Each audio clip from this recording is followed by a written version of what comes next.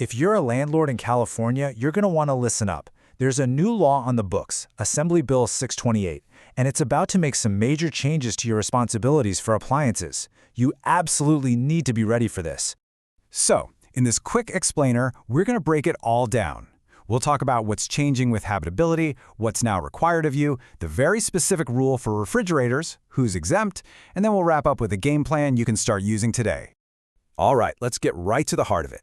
This isn't just some small adjustment to the rulebook.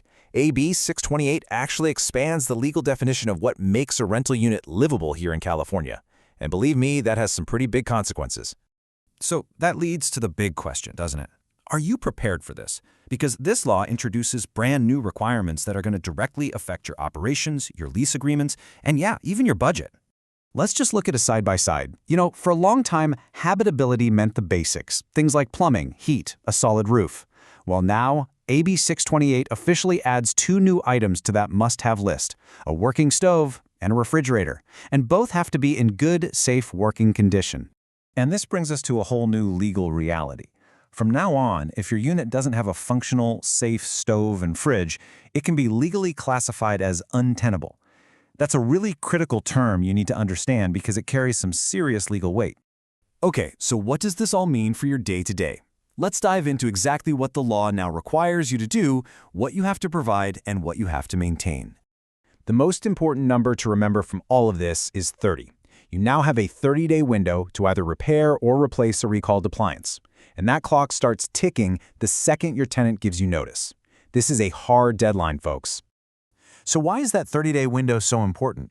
Well, it's because under this new law, any appliance that's under a recall is automatically, by definition, considered unsafe.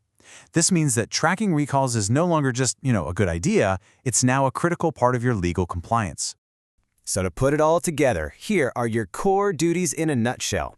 You have to provide the stove and fridge. You got to keep them maintained. You must handle any recalls within that 30-day period, and this is so important, you have to document everything.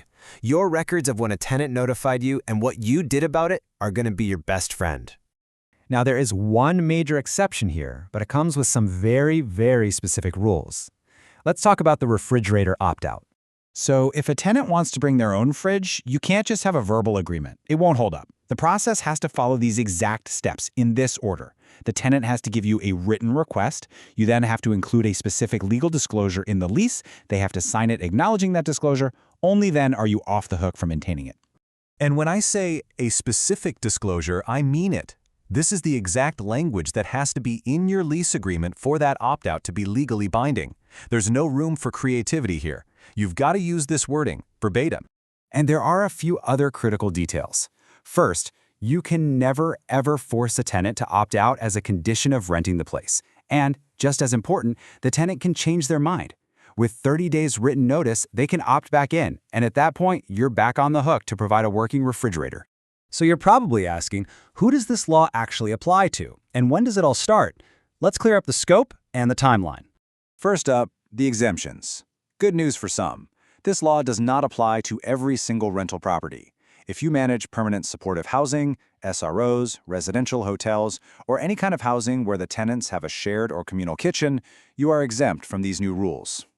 As for the timeline, the time to prepare is now. The law officially goes into effect on January 1st, 2026.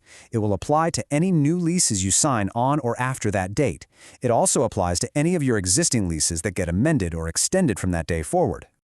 Okay, that brings us to the final and, frankly, most important part, your action plan. Let's talk about the practical steps you should be taking, like today, to get ready.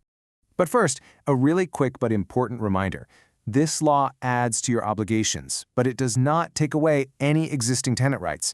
Things like repair and deduct or withholding rent for uninhabitable conditions. Those still apply if you fail to provide a working stove or fridge.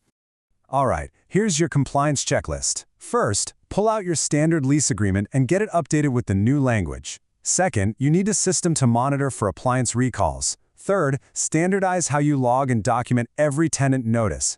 Fourth, start budgeting for potential repairs and replacements. And finally, make sure your entire team, anyone involved in property management, is trained on these new rules. So, as we wrap this up, I want to leave you with a question to really think about.